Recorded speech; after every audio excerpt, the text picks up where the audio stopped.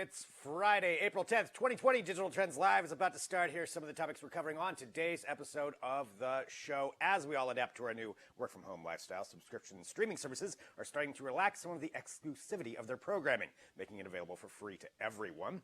And with no team sports events to be had, many leagues are turning to esports, including Major League Baseball, which just announced a 30-player MLB The Show tournament involving every team. Plus, from Lenovo, we'll be joined by Dilip Bhatia, the Vice President of User and Customer Experience, for some tips and tricks to help stay organized and connected while working from home. And with Friday upon us, it's time for another edition of Tech Briefs, where Flipboard's technology editor Ken Young will join me to recap some of the biggest stories from the last week, including the launch of Quibi. All of this and more on today's episode of Digital Trends Live.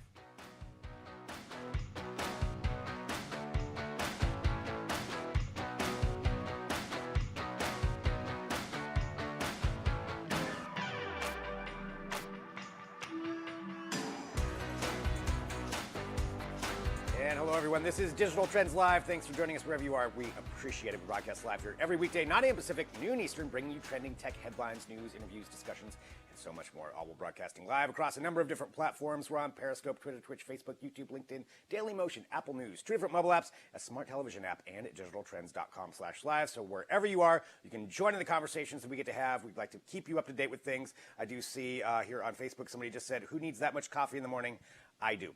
So that is the answer to that question. All right, let's bring you up to date on some trending technology stories. And we obviously are living in a crazy time right now, but I can say that with streaming content, we are very fortunate to have a lot of it out there. And there's a lot of interesting things that are being done in association with technology to bring you that content. So let's talk about that here to start the show off. The first thing I wanted to bring up is an interesting thing that Saturday Night Live is going to be doing this weekend. They're going to be coming back with a show. We don't know if it's live or pre-recorded, but they're going to be utilizing Zoom and Skype and different over the internet connection devices and platforms to create a show.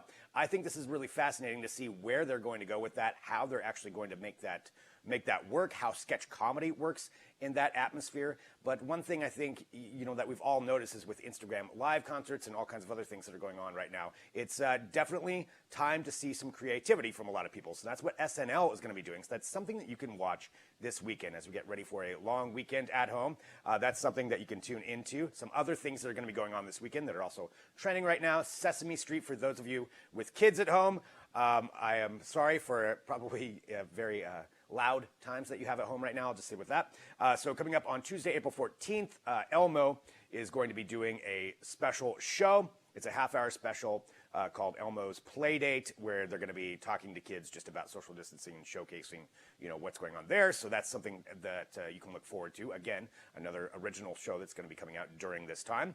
Now, going from there, we also have a lot of streaming services that are making their content available for free. HBO did it already. Now, Apple TV Plus announcing that a number of their programming, their original shows, are going to be available for free. So that means we can all go take a look at them, even if you don't have an Apple TV Plus subscription. Things like Dickinson is certainly one of the big ones that they have there. There's a lot of shows on there that they're going to be having that'll be out. So that's something that's kind of cool that Apple TV Plus is doing. Little America, Ghost Rider, For All Mankind. So all shows that they have that you can stream for free. Plus YouTube Premium, also doing the same thing.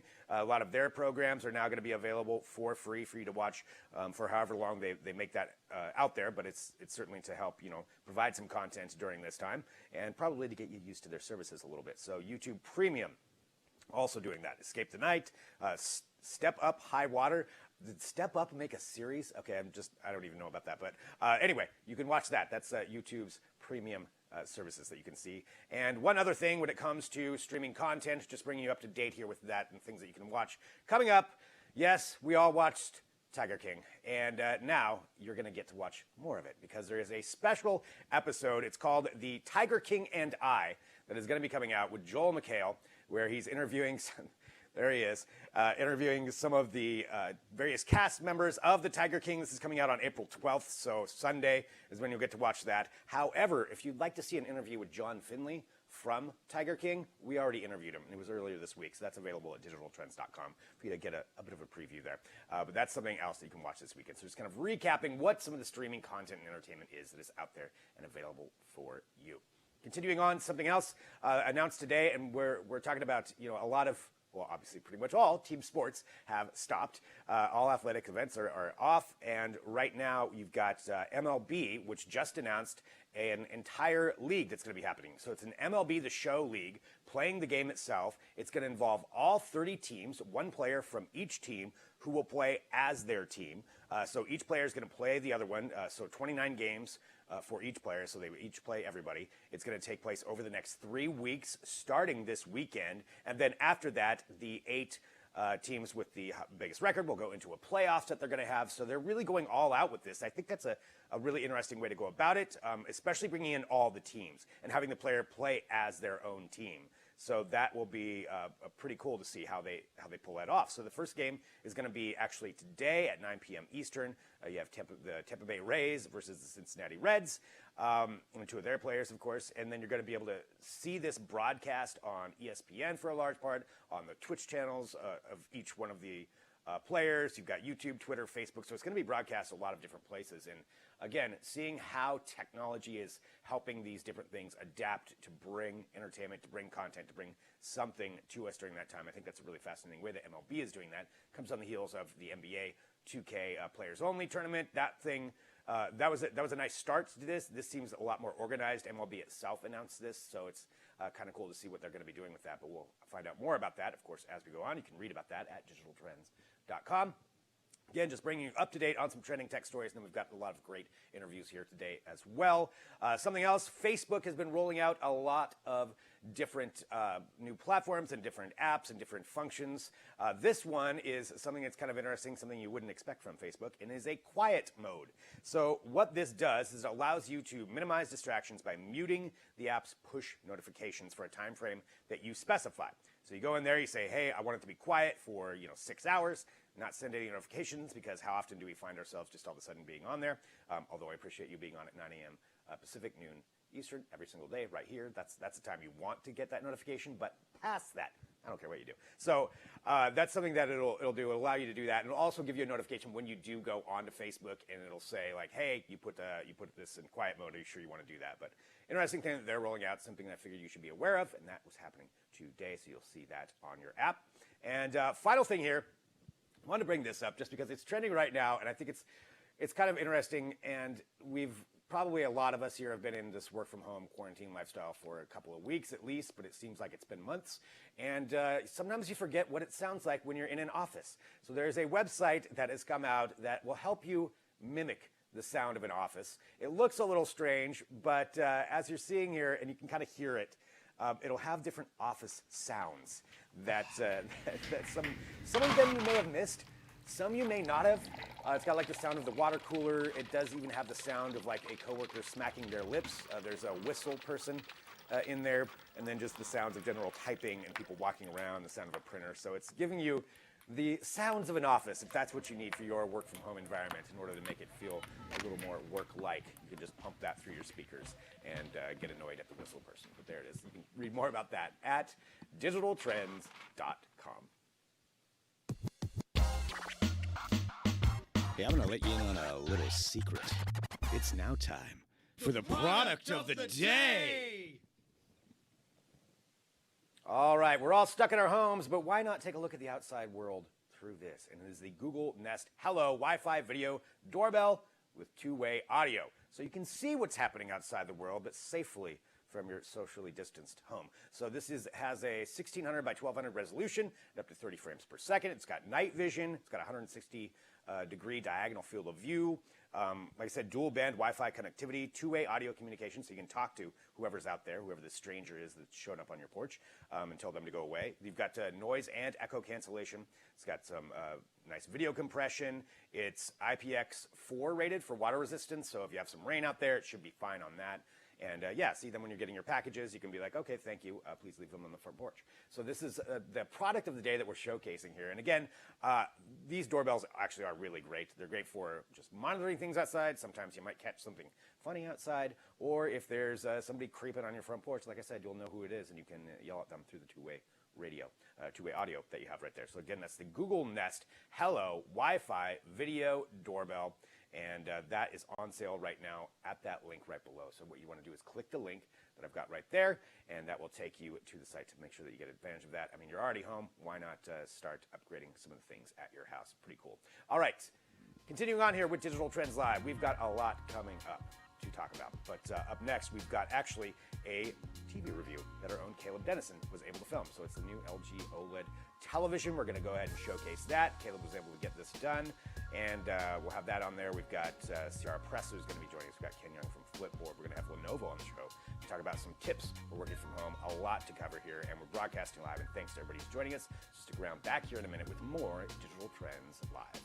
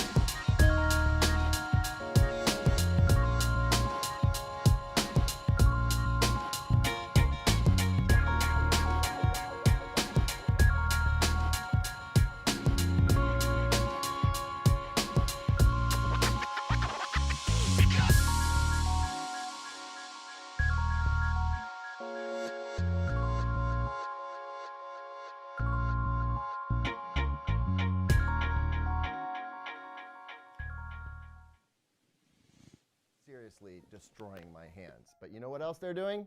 Dramatically reducing the risk of transmission of COVID-19, something we take extremely seriously. Welcome back, everyone. I'm Caleb Dennison for Digital Trends, and this is our socially distanced review of the LG Gallery Series G10 or GX OLED. Yes, they're using the Roman numeral. Anyway, if you haven't checked out the unboxing and basic setup video for this TV, you might want to do that. We've got it linked up here and also down in the description. Dan came in by himself, set up the TV so that I could swoop in and check it out for a few days before publishing this review. Not only do we go through some of the settings that you're going to want to make adjustments to in the television, we also take a look at some of what's unique about the TV, but maybe most importantly, we also show you how we're going to great lengths in order to socially distance and keep everything clean so that we are not risking any transmission of the nasty virus. And with that, I want to say one more thing. I know that there's a lot of people, millions of people, filing for unemployment right now. It's kind of hard to imagine buying a super fancy, expensive TV, but folks, this too shall pass. Once this blows over, life is going to go back to normal, and buying new TVs are not only fun, but I think it's something to look forward to, and that's something we could all really use right now. So with that, let's dig into this TV. So the thing about the Gallery series, or G series, is that it bridges a gap between the much more affordable C series and the ridiculously expensive Wallpaper series. The big new thing for this TV is its no gap, no shadow wall mount, which is what LG calls it. And as a matter of fact, this TV does not come with legs. And really, it shouldn't, because there's no point in putting legs on this TV. We had to, because we're not going to be able to mount it on the wall here in this office. But this is really meant to be mounted on the wall, and that's part of what makes this TV so special. So aside from the no-gap wall mount, which is super slick, I mean, this TV is very thin and it looks great up on the wall. What else is different about the Gallery series over, say, the C10 series? Well, not a whole lot, actually. It does have ATSC 3.0 built in, so it's built for the next generation of broadcast television, and that's going to unite web-based entertainment with over-the-air entertainment in a way we've never seen before. It's a little ahead of its time. I don't think we're going to see much deployment in 2020. Probably most of it will come in 2021, but there's a little bit of future-proofing there, at least to the point that you can future-proof a TV, right? The other thing that it has that the C10 does not is hands-free voice assistant. So there is a microphone in the TV, and if you turn it on, you have to opt in. you can say, "Hi LG," and it'll wake up and do your bidding via voice control. So there's really not a huge difference outside of the aesthetics between the Gallery series and the C10 OLEDs. But that doesn't mean that there's not plenty of new stuff coming to LG OLEDs this year. We'll start with the Alpha 9 Gen 3 processor. Now, I know processing is not super sexy, but that processor has everything to do with how this TV looks. And it's not a huge or quantum leap forward in terms of generational improvements over Gen 2, but it does have some slick new algorithms in there, some new lookup tables to refine color, to minimize noise, to reduce banding with low bitrate content. It's everything that LG's OLEDs were last year, but amped up just a little bit. I don't think that it's going to make a huge difference for a lot of viewers, but these incremental improvements just up the ante every single year. So what else is new? Well, mostly it's user interface improvements. So WebOS got an overhaul. It's a little less childish than it used to be before, and it relies a lot less on the old black and red scheme that it had in the past. So you've got higher contrast menu items. It's just a little bit more pleasant to use. Also, we've got a new home dashboard here, which puts mobile device control, all of your inputs in one place, sound output options, and home IoT device management. So if you want to connect smart locks and power drapes and insert your smart device here, you can manage it all from this home dashboard and with voice control. Also slick is sports alerts. So I know there's no sports going on right now, but there will be eventually. And when there are, you can put in your favorite sports team and get alerts through the TV when they're playing, when they've scored, and what the final score is. It also links out to quick highlight reels for the game that just passed. Very, very cool for sports fans. In the smart TV realm, it's very connected. It supports Siri, but Google Assistant is built in and actually picks up where the LG Assistant leaves off. That's similar to what we've seen in prior years. It also supports HomeKit and Apple AirPlay 2 right out of the box. So if you're an iOS user, that's going to be pretty handy. Also, not sure why you would want to do this, but you can use the TV as a Bluetooth speaker if you want to. More importantly, it can send audio out via Bluetooth to Bluetooth headphones or a Bluetooth soundbar. And even though the sound on this TV is decent, if you're going to spend this much money, I definitely recommend at least a soundbar, maybe even a full-on home theater system. Now, before we move into picture quality, which is what I know you're all here for, I do want to mention that I did not calibrate this TV for the purpose of this review. Generally, I don't. Most people don't get their TVs calibrated, and you really want to see what kind of picture quality you can get out of the provided picture modes, and there are some extra cool ones in this TV this year. We will, however, be calibrating this TV later on down the line when we pit it up against the Sony A8H OLED and Samsung's top-of-the-line QLED TV, so you'll want to stick around for that. One thing that is interesting about this TV is that it does have an auto calibration mode, so you still got to have the gear to do it, a colorimeter, CalMan, in order to do this, but it makes the process much, much easier. Also, there is a slick new camera profile that works with OLED TVs like this one that have a white subpixel. So we're going to be able to get some really cool measurements out of this TV down the line. Definitely you want to stay tuned to the channel for that. Now, how about that picture quality? Well, folks, it really shouldn't come as any surprise at all that it looks absolutely fantastic.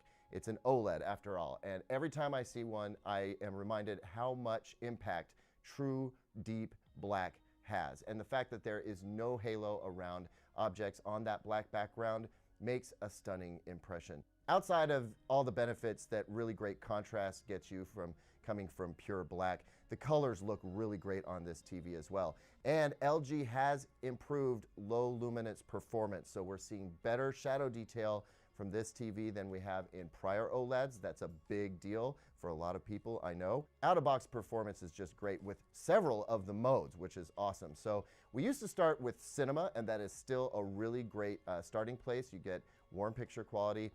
It does reduce the brightness of the TV just a little bit, but you can always fix that by bumping up the OLED light if you want to. But I think it gets the color temperature right, which is really important. Then we have the ISF calibrator modes. There's a dark and a bright room mode. This disables the motion smoothing efforts. You don't get soap opera effect. And in general, it's just a really well done mode to start from. And then this year, of course, we do have filmmaker mode, which is intended to represent the artist's intentions. And it does a good job. In SDR, it maxes out at about 100 nits. So you're going to find that filmmaker mode is really intended for folks who are watching the TV in a completely blacked out room with no lights on. I love the purist attitude with the filmmaker mode, but honestly, if you start with ISF calibrated bright or dark room, I think you're in a really great place already. This TV does HDR extremely well. It supports almost all the HDR modes with the exception of HDR10+, but it does have processing built in that does essentially the same thing. So you're getting Dolby Vision and hybrid log gamma and HDR10 for all the HDR content that's out there. What an impression this TV makes. Now again, it's very similar to last year. The picture quality has not seen any dramatic improvements, but the incremental improvements are appreciated nonetheless. I think the real game changer here is actually for games. This TV supports a new standard for gaming that basically allows the source component to control the rendering of HDR and color, or the TV can do it. You have options there. So depending on what you connect to this TV, and I think we're going to see some really cool things out of the PS5 and the new Xbox that hopefully will come out later this year, this TV is going to be armed for it. Also, auto low latency mode, VRR, and G-Sync. There's no other TV that supports both right now, so that's a feather in LG's cap. I mean, this TV is basically just equipped to do anything and do it extremely well. This is the TV to beat. And when I say this is the TV to beat, I mean LG's 2020 OLEDs in particular are the TVs to beat this year. They are loaded with more features than virtually anybody else. LG's approach to picture quality rendering lends itself to a really, really poppy picture, whereas Sony tends to lay back a little bit on the HDR highlights. But if we turn our attention to whether you should be buying the Gallery series of OLEDs this year, that really comes down to aesthetics. It's all about that wall mount. If you're going to be putting this on a stand, you might as well be looking at the LG C10 OLED. So I think the intended customer for the Gallery series is one who really wants to dress up their room with a very fancy, sleek-looking TV. That's where its value is. Other than that, I think you really should be looking at the LG C10 OLED, which is going to bring you almost all of the same features at a much lower price.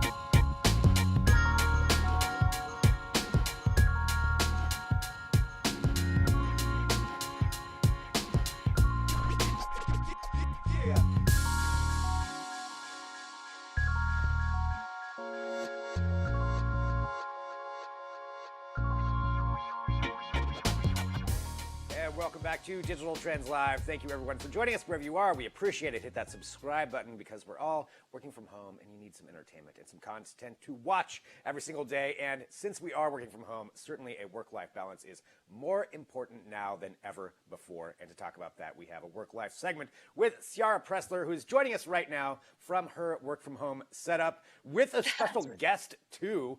Hello, Ciara. Hey, Greg, we are pre-gaming Easter over here with my best quarantine buddy, Grandmaster Flash the Bunny. Nice. Grandmaster Flash making an appearance on this show. That's just fantastic. It's a jungle out there. So let's do this, though. Let's talk about working from home. Obviously, you've got your buddy there, but one of the things that I think is tough to do is how to make it through mentally through all of this. And I think that's in part what we're going to talk about today. Can you tell us what you want to cover here? Yeah, I want to talk about resiliency today. So resiliency is kind of the inner game of getting through this and getting through anything, right? Building resiliency is going to help you in any situation, especially a global pandemic.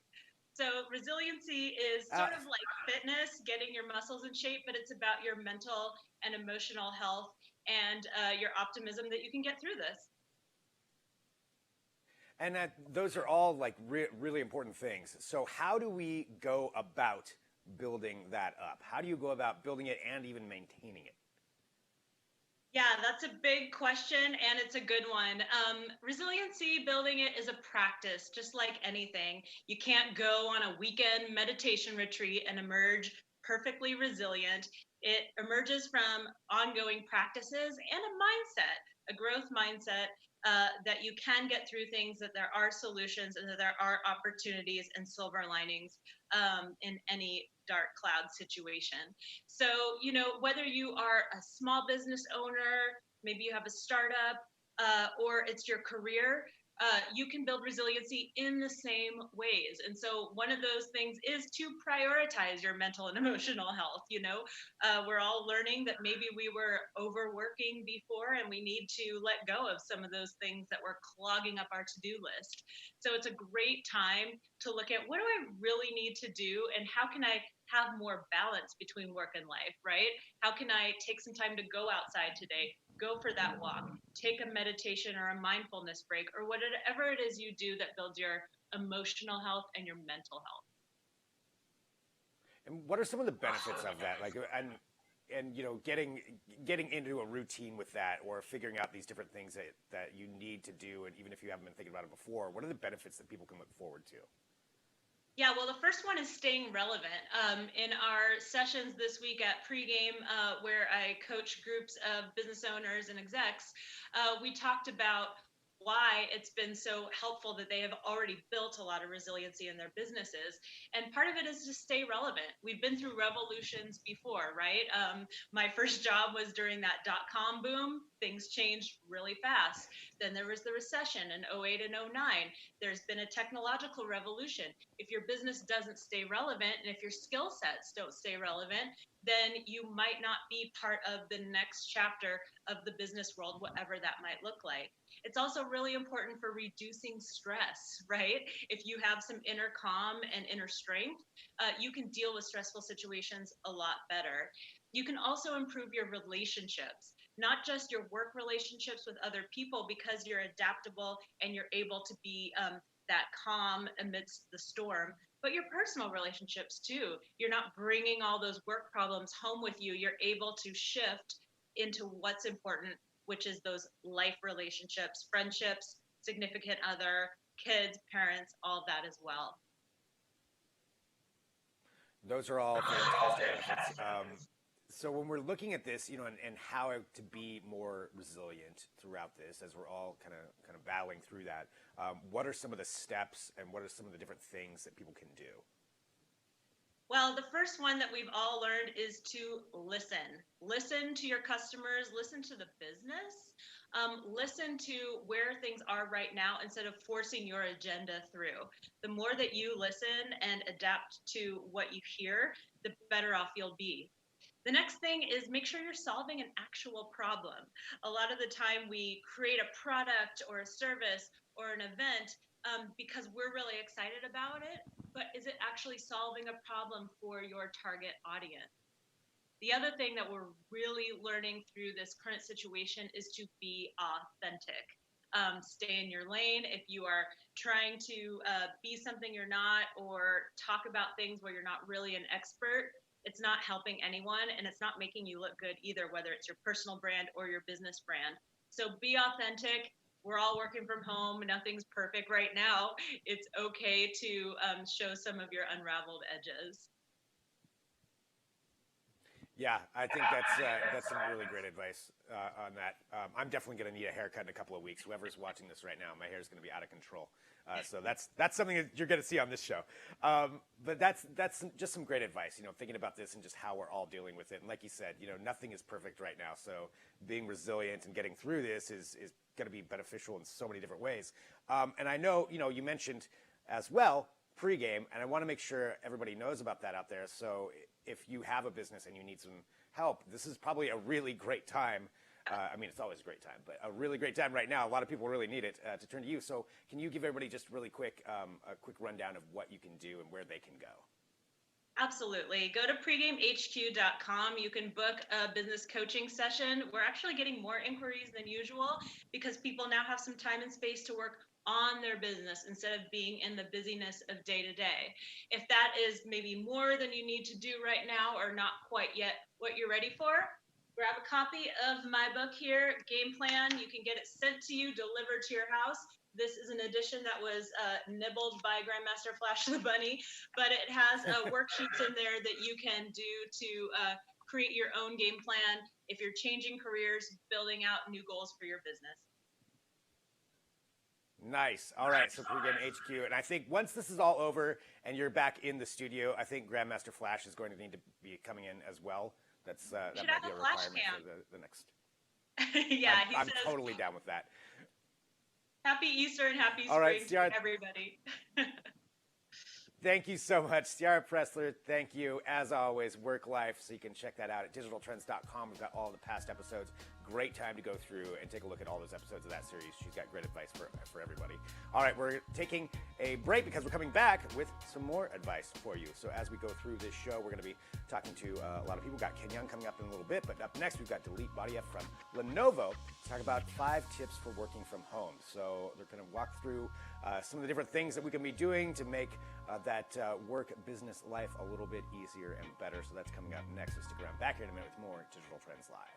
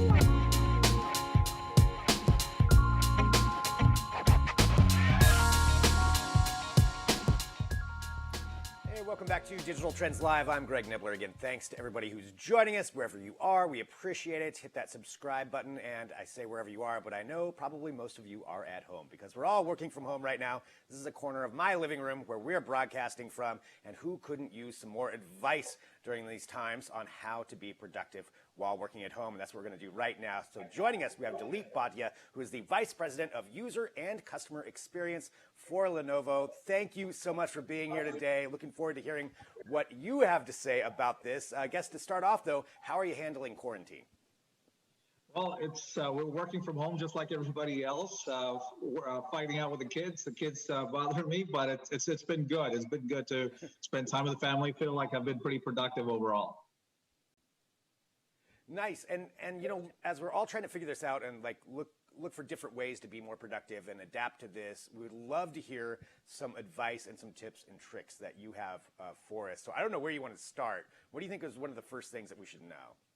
I think for organizations, this is really a great opportunity for them to really reassess everything, right? So from all the touch points. So in my customer experience work, I've always felt like in order for companies to provide great customer centricity, they really need to provide a great employee experience first. We've seen work from home go up tremendously since 2005, up 160% or so. And in our surveys, people actually enjoy working from home. So this is an opportunity really for enterprises to really understand what is it that makes employees comfortable working from home, right? Reassess everything, really reassess all the touch points overall. Do they have the right monitors? Do they have lightweight laptops? So it's a good opportunity to reassess everything and engage the employees. Simple things like file sharing capabilities or documents where they can work together well, right? Anything that makes employees more productive. Right, those are things that can be so frustrating that maybe people didn't think about before. But yeah, if you're trying to share a file online and you can't get it uploaded because of something happening, yeah, that's definitely a source of frustration for employees that working from home. So that's great. So organization and listening to what your employees want to say. What's the next thing that you would recommend? The other thing is video is really key, right? So turn the camera on. I'm myself guilty. I didn't use camera as much, but ever since I've started working from home, I've been using a lot more video. So video to me is key. And we feel like our employees can engage each other. They feel a lot more engaged. So companies should be investing in good video conferencing solutions, good collaboration tools, right? Good, decent external monitors, right? Good headsets, because you may be living in a noisy environment. So let's make sure our ThinkPad X1 noise canceling headphones are fantastic from that perspective, right? The importance of even having a chat room is important, right? So where employees can come together and have discussions. The need for security, again, is very important. Even things like a virtual happy hour. These are simple things that people can do. I can tell you, we were going to have a baby shower next Friday. Instead, now we're going to have a virtual baby shower for a colleague of mine next Friday, right? Even if it's 30 minutes, but it's just an opportunity for us to all connect together. That's great. I mean, a couple of things you just said there. The noise-canceling headphones, mentioning with the kids running around, that's probably really valuable right now more than ever. But yeah, virtual happy hours, we do them here at Digital Trends as well, and they really are a lot of fun just to still get that feeling of connection with your coworkers no matter where they are. It's really great. Great advice. So, what are some other things that you think people should be doing or businesses as a whole? I think even just the employees also need to look at, just having those flexible work schedules, right? And maintaining the Saturday. I personally, I'll still, take a shower first thing in the morning, get ready in my office attire, in my time, right? Whether it's 7, 8 o'clock in the morning and then straight to 5 o'clock, I'll take my lunch breaks. In fact, so make sure there are boundaries between work and home, right? That you're not overextended. It's too easy to sit in. I know of employees who will basically be there till 9, 10, 11 at night. In their study and they're at it, and I discourage that, right? And it's important for managers to reach out to employees to make sure how things are going, what are some of the challenges that they have. So really have a start time, really have an end time overall. In fact, have a Teams channel. One of my user experience teams, they have a Teams channel where they all come in and say, hey, here's the things that I'm working on today. So it keeps everybody focused, everybody knows what they're working on, and they can reach out to each other. That's great. Yeah, definitely trying to separate that balance in it, because it is really easy when you're working from home to just all of a sudden see the hours fly by and not have that separation. And that really helps out the mental sanity portion of it. Continuing on here, hit us with it. What other advice do you have here? Even things like just even posture, right? When you have your, so I love external monitors, right? So in an office, having an external environment. So I encourage employers to equip their employees with an external monitor. So a 24-inch monitor, a 27-inch monitor is perfect. And then when you set it up, you want to set it up at eye level, right? Where the top of the monitor is right up to where you are, so you have great user experience overall. So I can't overemphasize how important it is to have that external monitor. One of my favorite things I also have is a ThinkVision M14. It's a 14-inch monitor that's basically available to go around to travel with you, that you can attach to your laptop also. So again, importance of having a good monitor, having even a laptop stand, the headsets that we've talked about. So those are some of the things that definitely need to go in as employers think about how you keep your employees productive, right? So you want to really replicate some of your office setup at your home. Have a dedicated setup in your home environment. Now, it can be challenging when you have a studio apartment or you even have a one-bedroom apartment. Just try to create that little table or where you have your monitor, you have your laptop. Hey, this is my work area. So again, those are some of the things that I would definitely recommend.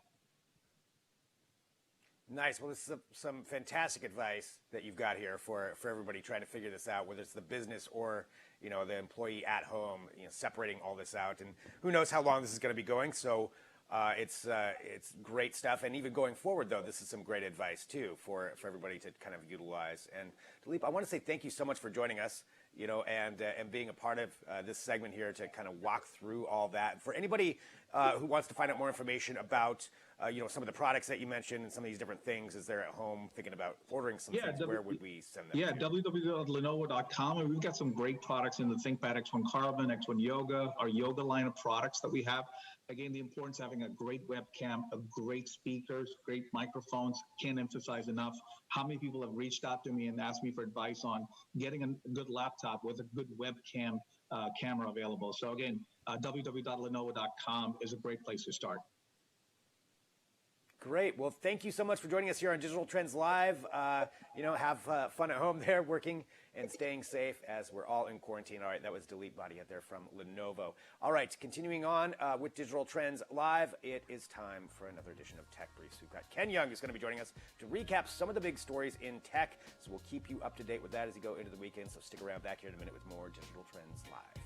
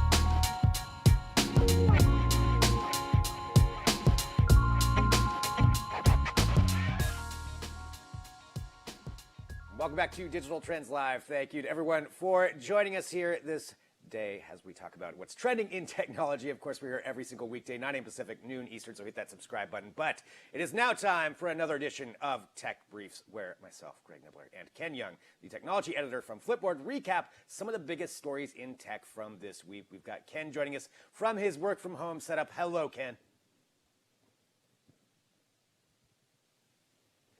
Doing good, and what I want to do here is start off with some of the big stories going on from tech, and let's talk about this. Towards the beginning of the week, we got a surprise tweet from Sony regarding the PlayStation 5. Now, we still haven't seen the console itself, but we did get to see the new controller, and a couple of big surprises with that. One, they're going away from the DualShock name to DualSense, and I have to say the controller itself, to me, it looks pretty cool.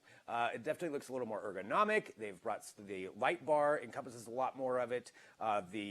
Even the pads are more sleek and kind of more form-fitting with the actual controller itself. I thought it was a pretty cool reveal. Ken, what did you think about this?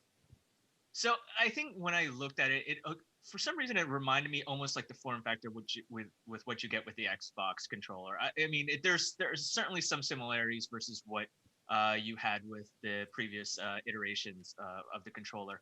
So people are calling this like a significant upgrade in PlayStation's 25 years. And you're right, as you talked about, there's all these different changes. There's adaptive triggers, so depending on how it gives you a little bit more of that real life experience in terms of when you want to, how you're pressing a trigger, how you're using a crossbow or those type of things. There's also haptic touch as well. There's now they've rebranded the share button to create button, so which is kind of even though it's just a different name, it might be. I think that might be foreshadowing some interesting updates, especially as the PlayStation 5. What happens when they open it up to developers, if they open it up to developers. But I think this is I really like the way that this controller looks. The variation between a DualSense, DualShock, it's still kind of up in the air for me. But I think this is a good step forward for PlayStation. The question now is look, we have the new logo that the PS5 logo was announced at CES earlier this year. We know what the controller is, but what's the console going to look like, right? And as I think everything has kind of gone all up in the air with the pandemic, so we don't know all these previous events that they're going to hold it at. E3, GDC, all these other events are all postponed or all canceled. So what is the opportunity for these companies? Whether it's Microsoft has already kind of really unveiled their console and kind of really been up ahead of the game. But we know some of the specs about the PlayStation 5, but we don't actually know what it looks like, nor do we know what the cost is. So as we get closer to holidays, there's still a lot of questions to be answered about this new iteration. Yeah, definitely a lot of questions to be answered, but I do like that at least they're showcasing something. Hopefully we get to see the console soon. Xbox is supposed to be having an event of their own that's going to be coming up where they have revealed a lot of it already, but maybe showcasing some of the more capabilities of it. But yeah, so PlayStation with this, that was that tweet earlier this week. Continuing on here with the trending news from this week, certainly streaming content is huge right now. We're all at home watching a lot of it. A couple of things for this week. One, we have the launch of Quibi, which is the new kind of unique platform that's designed just for phones, 10-minute programming, coming out at a strange time already when it's kind of designed for people commuting or people who are waiting in lines places. They even said that, and now nobody's commuting or waiting in a line anywhere because we're all at home. So that Quibi side of it, definitely an interesting thing. And then of a kind of a side note too, Disney Plus also announcing that they have 50 million subscribers. So that's a whole other issue there. Disney Plus doing really well with that. But I guess just to kind of go through these quickly, Quibi, have you subscribed to it yet, Ken? No, I haven't. But of course, it's this is it's a pivot for their use cases, right? As you talked about, this is for commuters or those that are on the go. Now it's like, hey, you have nowhere to go. Do you want to consume something? Quick bites of content from Chrissy Teigen, Liam Hemsworth, Chris Hemsworth, and Jennifer Lopez and many others. On your phone, right? So I don't have this. I've thought about subscribing to this. since I have T-Mobile, T-Mobile is the exclusive carrier for Quibi. So those that have a specific select family plan will be able to get a 1 year of Quibi. But since I don't have a family plan, I'm like, whatever. But I mean, look, there's some look. This is exclusive to the phone, so you can't stream it onto a bigger screen. So I think those that are at home, it's kind of like I would like to still be able to watch it on a bigger screen. Why else? I mean, I want to take advantage of it, but you can't. I don't know. Right. But it's early on. It's been the first week. I think that this is an unfortunate optimal time for Quibi. I mean, it's like your captive audience in an odd way of saying it. So let's see how this goes. There are plenty more shows Right. that they have planned. Like they said, 175 shows planned for this year. As theoretically, if that actually still holds true with this pandemic. But as we talked about with Disney Plus, Disney Plus now it's like a few months old. Now it's like 50 million subscribers. Obviously, people are stuck at home. They want things to entertain their kids and themselves instead of just staring at the computer and worry about all this horrible stuff that's going on in the world. Might as well, watch Frozen or Onward or, anything, all Yeah. the Mandalorian show episodes all over again, right?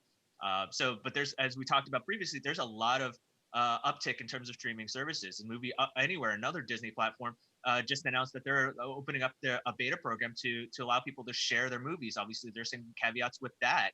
And Bob Iger, now the chairman of Disney, he's said that he's open to the idea of potentially having more movies go straight to Disney Plus. So instead of just waiting for the theater. So I think depending on how long we are self-isolating and practicing social distancing or physical distancing, whatever you want to call it, this is there's going to be some real dynamic changes in how we consume entertainment beyond going to the theaters.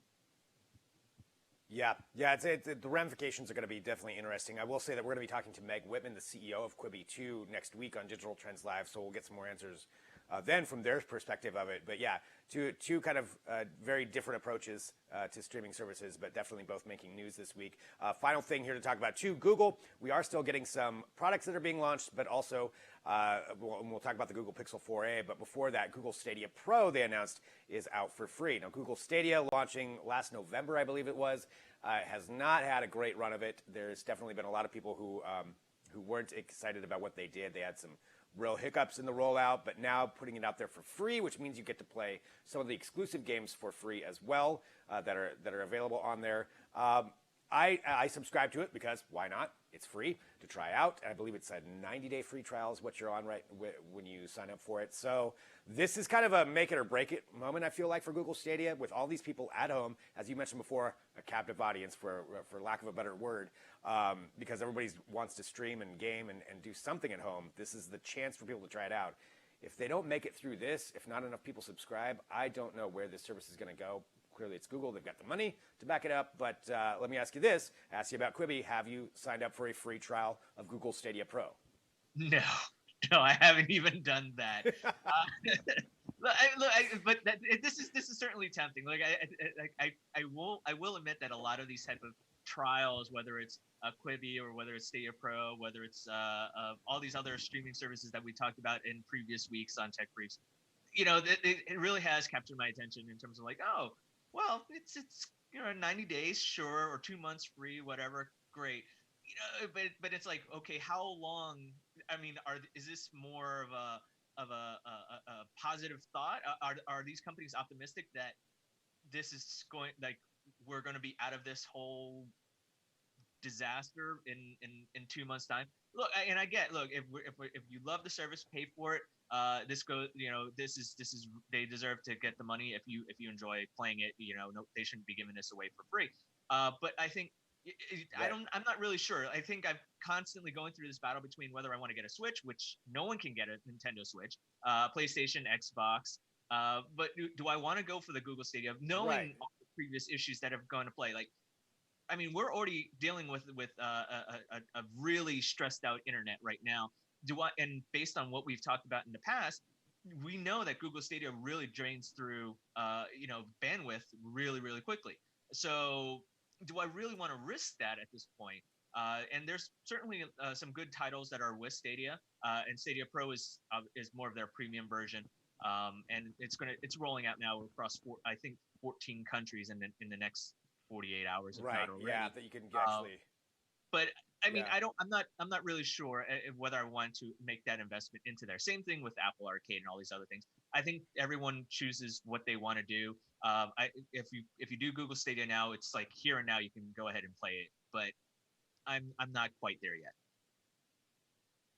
Yeah, we'll have to see where it all goes. You know, how many people are going to be trying it. And I know we're out of time. There's also the Google Pixel 4a, which, as usual, pretty much all the details leaked beforehand, before that's going on. And just a reminder, though, that all these companies are still going to be putting out products, and how they put them out, how it goes, what they're going to do for it, whether it's going to be a big presentation or they just leak it out ahead of time, kind of like Google does, like Google's done before.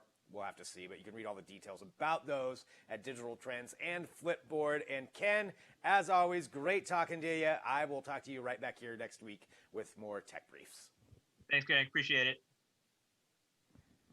There we go. Ken Young from Flipboard, technology editor.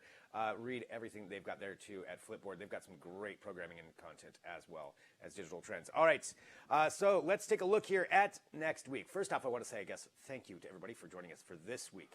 So hit that subscribe button. I know I say that a lot, but that way you get the notification. We always have something really cool happening here every single day. If you missed it, we had Dennis Quaid on this week. Dennis Quaid joined the show. We had John Finley from Tiger King.